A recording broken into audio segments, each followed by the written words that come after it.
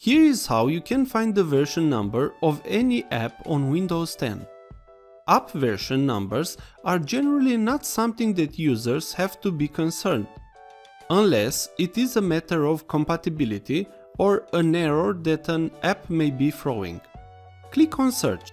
Right here, Add or Remove. Click on Add or Remove Programs. You will see a list of the apps and software installed on your computer.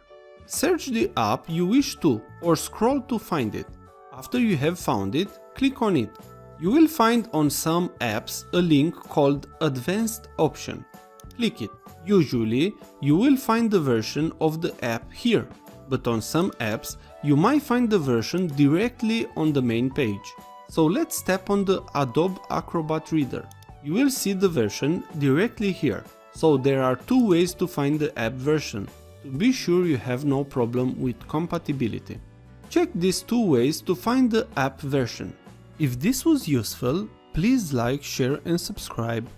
Also, if you have any questions, please ask them on the comments area below.